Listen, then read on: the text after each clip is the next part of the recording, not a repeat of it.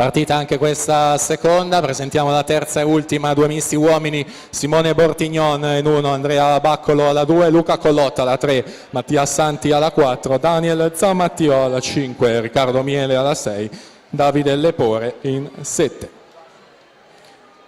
Centrovasca Tobias Svaldi, Antares nuoto, corsia numero 4, atleta classe 2001, quindi quest'anno ultimo anno di categoria junior, anche per lui 2 medaglie la scorsa stagione ai criteri di Riccione, argento in questa prova e bronzo nei 400 misti.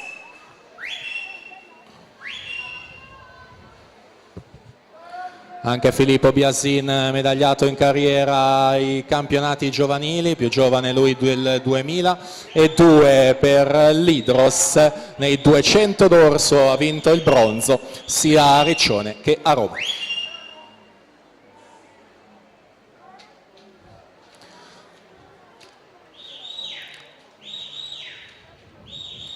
(150) Tobias Valdi, frazione rana 36,06. Filippo Biasin 39,06, Alessio Fiorani 38,53 in terza posizione.